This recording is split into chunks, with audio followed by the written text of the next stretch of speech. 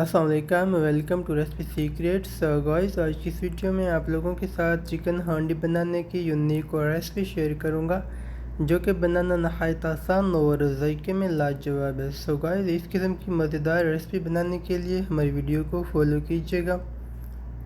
So guys, इस recipe में हम 1 किलो चिकन का इस्तेमाल करेंगे। सबसे पहले हमने एक पैन के अंदर कुकिंग ऑयल ऐड किया, उसमें हमने 1 चम्मच अदरक, लहसुन और हरी मिर्च का पेस्ट ऐड किया। उसके बाद हमने इसमें चिकन को अच्छी तरह वॉश करके ऐड कर दिया। चिकन की हम कम से कम 15 मिनट तक मीडियम टू लो फ्लेम पे भुनाई करेंगे। उसके बाद हम इसमें हस्बे ज़ायका नमक ऐड कर देंगे, साथ ही साथ हम इसमें काली मिर्च पाउडर ऐड कर देंगे। ये सारी चीज़ें ऐड करने के बाद हम इसकी मज़ीद 3 से 4 मिनट तक भुनाई करेंगे। उसके बाद हमने 3 अदद मीडियम साइज़ के टमाटर का पेस्ट बना के इसमें ऐड कर दिया।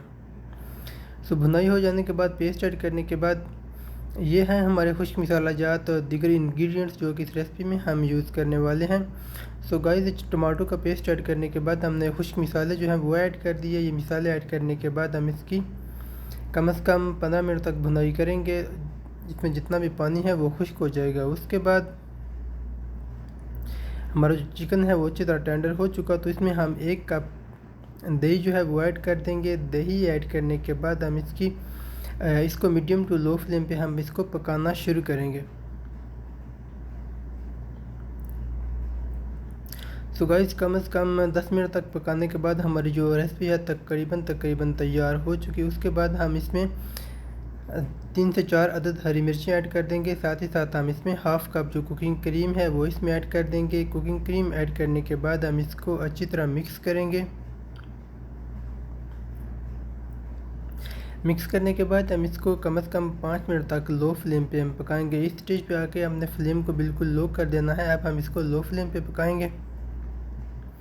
लो फ्लेम पे कम से कम 5 से 7 मिनट पकाने के बाद हमारी जो रेसिपी है बिल्कुल तैयार हो जाएगी। उसके बाद हम इसको डिश आउट करेंगे।